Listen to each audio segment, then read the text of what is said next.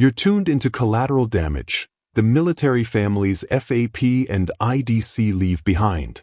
Voices have been altered, because in this system, honesty has a price.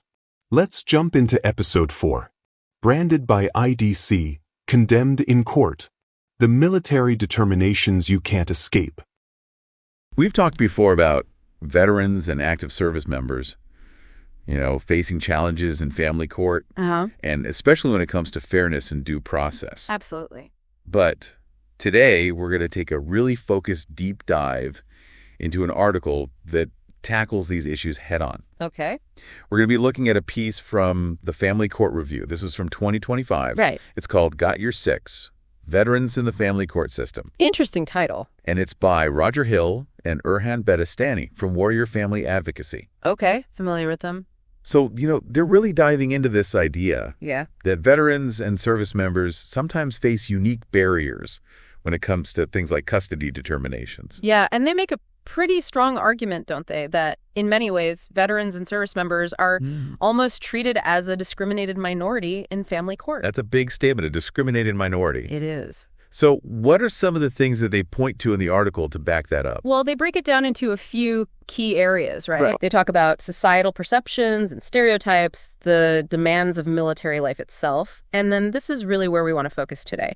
The military's own internal processes for handling things like abuse allegations, which we know is a big issue. Right. We've talked about that a lot on the show, the Family Advocacy Program, the FAP, and the Incident Determination Committee, or the IDC. Yeah, those are really at the heart of what we're going to be unpacking from this article. Okay, so let's start with FAP IDC, because this seems to be where a lot of the due process concerns come into play. Right. So as you know, the Family Advocacy Program is kind of the military's overall system for addressing domestic violence and child abuse within military families, right? Keeping everyone safe, trying to prevent it. Exactly. Prevention, intervention, that sort of thing. Yeah.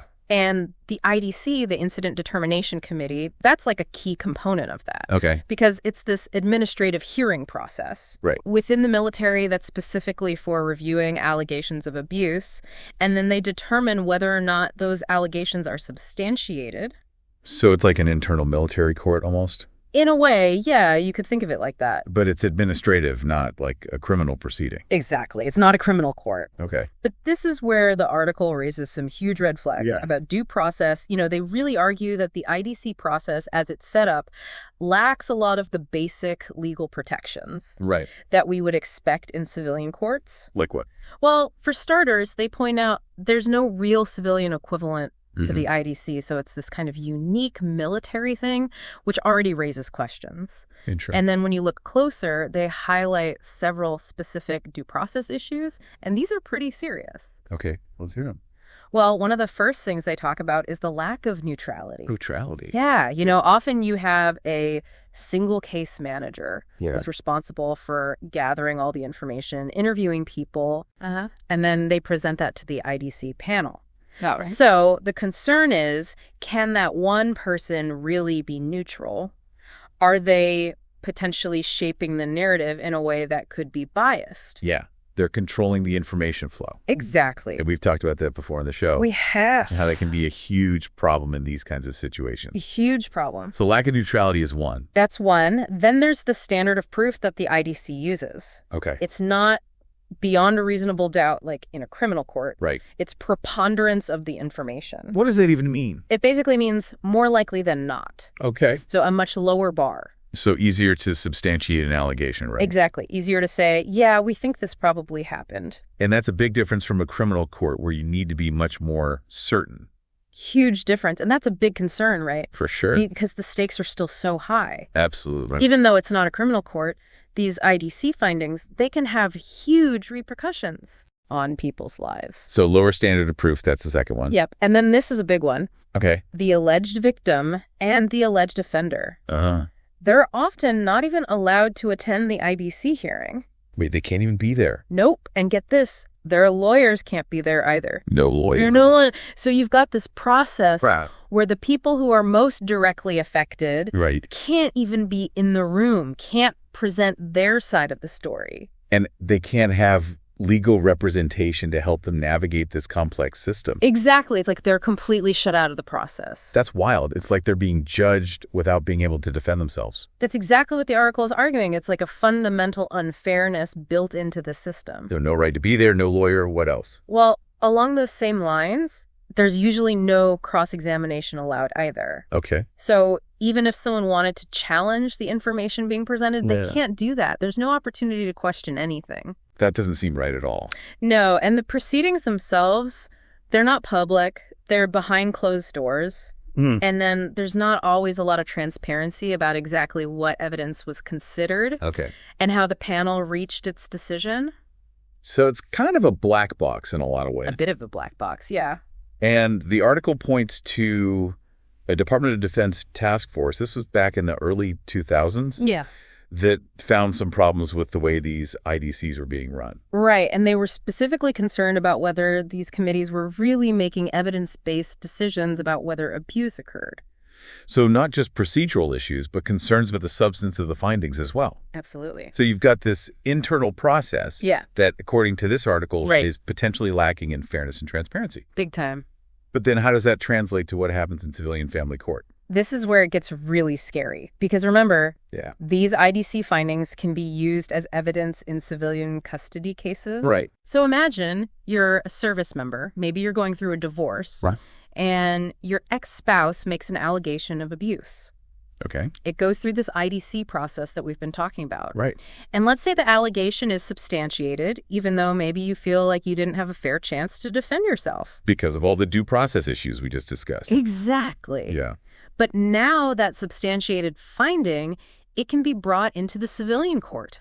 Wow. Where they're deciding who gets custody of your kids. And that's a huge deal, obviously. It's a massive deal, and the civilian judge might give a lot of weight to that military finding. Even though it came from a process that might have been flawed. Exactly. So you can see how this creates a really uneven playing field for service members. Absolutely. Because they're essentially being judged twice. Yeah.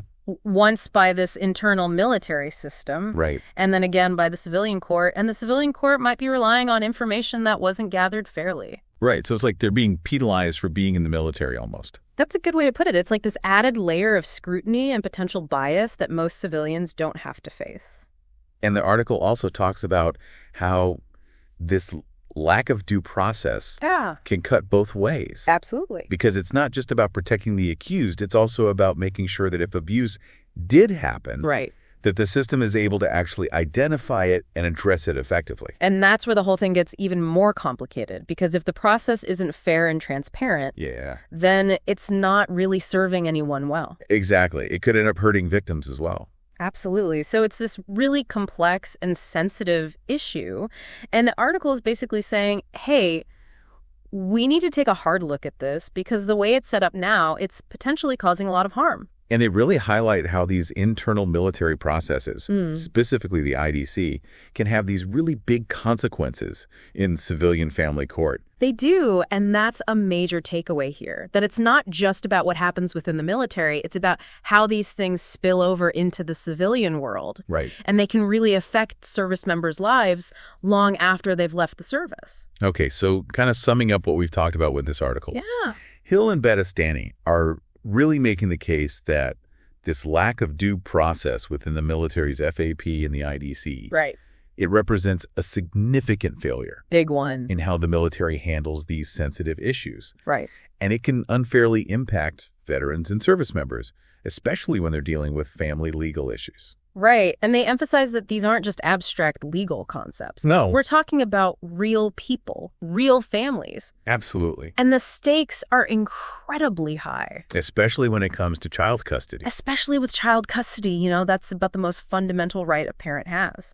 So we've talked about this idea of a shadow family court within the military and how the article is raising concerns about its fairness and transparency. Big concerns. So given all of that, what are some of the things that Hill and Bedestani suggest could be done to improve the situation? Well, they don't offer any easy solutions, which is understandable because it's a really complex issue. But they do point to some potential areas for reform. Like they talk about the need for greater transparency within the IDC process. Okay, like making the proceedings more open. Yeah, maybe allowing for some level of observation or review, ensuring that more detailed records are kept and that those records are more readily available to the parties involved. So more accountability, basically. Exactly, more accountability. And they also talk about the importance of having a truly neutral party involved in the investigation and information gathering. Right, so not just one case manager who might have their own biases. Exactly, and maybe having a more adversarial process where both sides can present their evidence and arguments. More like a traditional court setting. A little bit more like that, yeah, where there's more of a back and forth, more opportunity to challenge the information. So more due process protections overall. That's the main idea. They're saying, look, if this is going to be a process that can have such huge implications for people's lives, it needs to have the same level of fairness and due process that we would expect in any other legal setting. That makes sense. And they also talk about the need for better training for everyone involved in the FAPIDC process, including the case managers, the panel members, everyone. On things like recognizing bias and conducting fair investigations. Exactly, making sure everyone understands the gravity of the situation and the importance of their role. And the potential consequences of getting it wrong. Exactly. So it sounds like a lot of work needs to be done. It does, but the article is basically saying that this is something we can't ignore. Right. The stakes are too high. Too high. And these are issues that deserve our attention and action. Absolutely. We can't just sweep this under the rug and pretend it's not happening. So for listeners who are interested in learning more about this whole issue of fairness and due process for veterans and service members in family court, I would definitely encourage you to check out the full article. Definitely. Got your 6.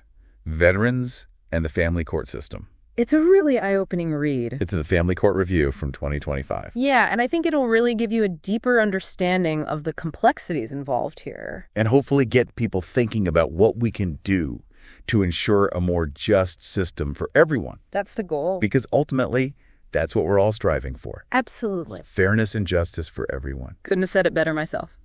Thanks for joining me for this deep dive. My pleasure. Always great to be here. And we'll see you next time. See you then.